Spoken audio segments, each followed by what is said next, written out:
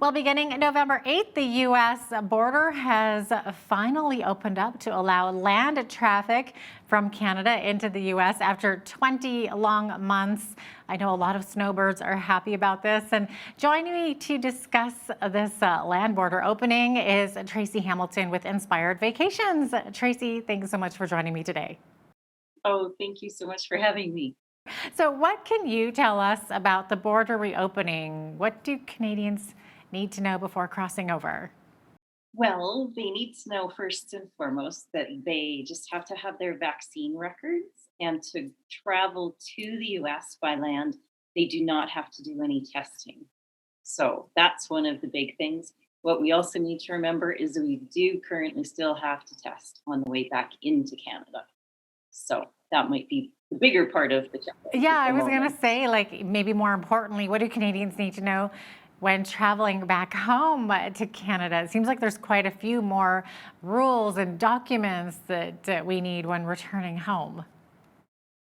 Absolutely. So currently, we need to have a negative PCR test completed. And we also still have to have that Arrive Can app filled out. And that's what we have to show at the border. So even though some of those people heading down are going, yes, I don't have to do a test, they still will have to have that PCR test to come home. Yeah, and those can sometimes get pretty pricey, can't they?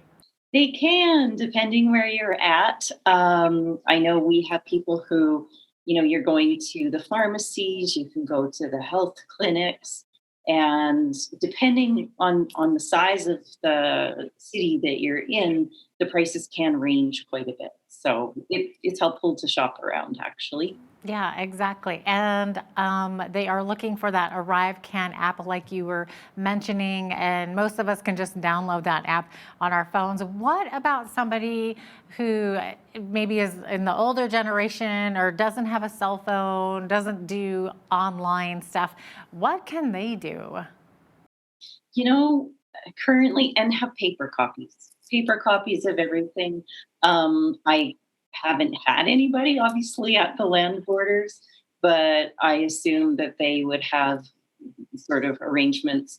Any of our clients that we've had traveling and are kind of technically challenged, no matter what the age, right? Some people have different levels of comfort.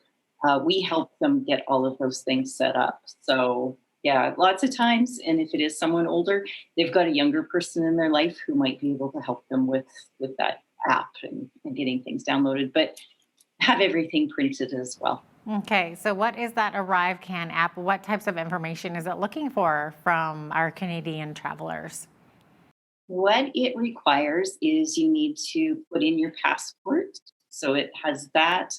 You need to, again, for air, you put in your flight numbers, where you're flying into, that sort of thing. You need to also put in your vaccine records, and then, of course, the negative test results. Okay. Those are the big pieces in the. Yeah, and I think you have to have a quarantine plan as well, just in case you are made to quarantine. So, I think some people are randomly still getting picked to do a COVID test at the border or at the airport as well. And one thing you'd mentioned is having that negative PCR test, but what happens if somebody's down there for the weekend or the week or however long, and they get that test 72 hours prior to coming back and they test positive? I think some Canadians are worried about that they're worried about being stuck down there. Is this the case, Tracy, or is that a misconception? Again, it kind of depends. So if they're flying, they won't be able to board a plane. So that would be the case. They would have to stay in their destination. If you're driving, of course, you're in your own vehicle. So you would make sure that you have that quarantine plan, and get back to Canada, and get home essentially. Yeah, basically, exactly. Now, what makes a good quarantine plan? What are they looking for? A good quarantine plan is making sure that you have someone, or some method of getting groceries brought in, that you're in a home, or location, I guess, where you're not mingling with others, and just essentially that you can look after your daily needs. without having to go out into public. Okay, yeah, that's very good advice there. Um, what are you hearing though? Are they still giving out fines if people don't have a negative COVID test, or if they show up without a test, or if they don't quarantine, or is that something of the past? What are you hearing? I haven't actually heard a lot about that lately.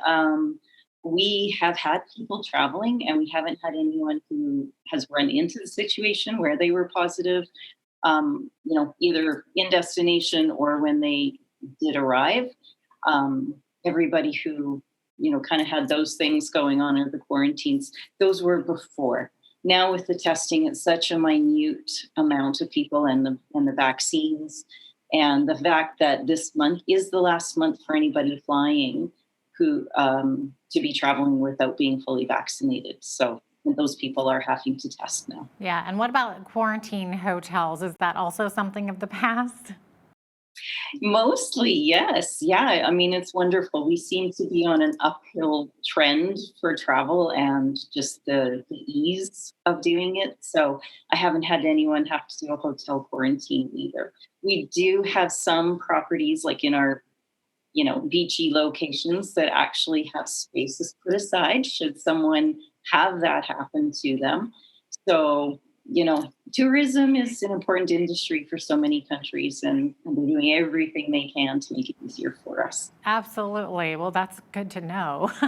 Maybe something else that many people aren't aware of too is that if you've had COVID in the last 3 months or so, you can actually travel without a negative PCR test, mostly because after COVID, you'll continue to test positive for several months. So, do you know anything about this, Tracy? That would be the kind of the third option, I guess, for people is, to do the testing, to have the vaccines. And then, yes, if you have had COVID, we have a certain amount of time where we have those antibodies. So go to your doctor, make sure that you were actually tested and it was confirmed. Again, I guess on that side of it, it would be make sure the country you're going to would accept that as part of their entry requirements. Every country is different, and so we want to make sure that you're not going to be denied entry once you get there. That's a really good point. Yes, to think of those other countries besides just the U.S., which is letting Canadians drive over to starting this week, November 8th.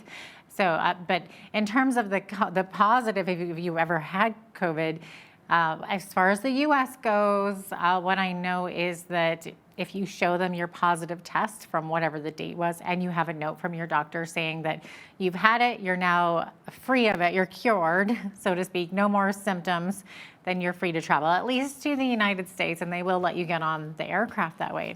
A lot of people don't really realize that. It's kind of interesting. So aside from all of that, Tracy, what have you been hearing in the travel industry? Where are people most wanting to go? Oh, we have been doing a lot of booking for our beachy destinations. Mexico, of course, has been very popular. We do not have to test to go to Mexico. Again, it's just on the return. So it's easy. Again, from Western Canada, we have lots of direct flights, which we want to look at. And people are just anxious to go away, have some sun, have some heat, recharge, and have that break that we're so used to. So that's been number one. And then a lot of people looking at cruising and Europe and that sort of thing for into the new year. Yeah, and like you said, it's probably a good idea to look at the different countries that you'll be traveling to because they might all have different regulations for getting in. And hopefully, your cruise line or the airline will be able to provide you uh, with some answers there. For sure. And even that's been getting easier. We talked a little bit before about which types of vaccines. And when cruising, for instance, first started back up, they were really very strict on which ones and the mixes and that sort of thing. And a lot of those are sort of becoming a lot less restrictive. So, like you said, we're seeing lots of positive trends. Yeah, for sure. Now, you mentioned you don't need a test to go to Mexico. Do you need vaccine records to get into Mexico? Well, you don't. But again, if you're flying, we have to have the vaccines. So essentially, that's on the Canadian side of it. If you're driving, I guess you could go in without. Okay, good to know. Although the US, you'd have to drive into the US, you do need vaccine records. Do you know what kind of vaccines the US is accepting for Canadians driving over this week?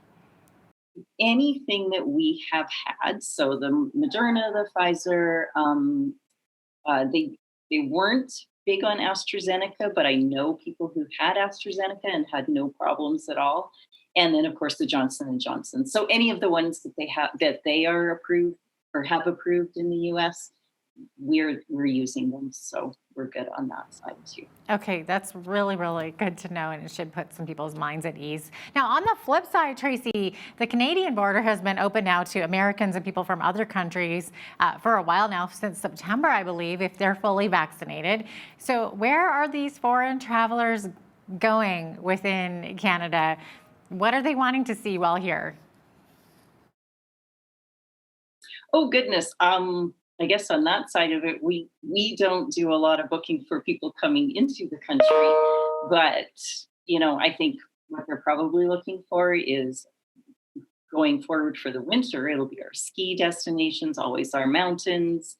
I know Vancouver Island has been very busy, and then of course out east, we would have just kind of finished up that beautiful fall colors out in the Maritimes, and always Ontario and Quebec have their draws as well. So some of those sorts of areas.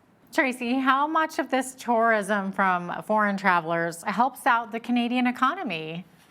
Yeah, absolutely. I mean, our restaurants, our hotels, any hospitality, tourism, transportation, any of those things. Canada obviously has different industries, but tourism is still an important part of it. So it's great to be seeing, those industries coming back as well. That's awesome. Tracy Hamilton from Inspired Vacations, thank you so much for sharing all of your knowledge with us today and for being with us on our show. Appreciate having you on. Thanks for having me. I'm Jeanette Roche on behalf of all of us here at Bridge City News. Thanks for watching.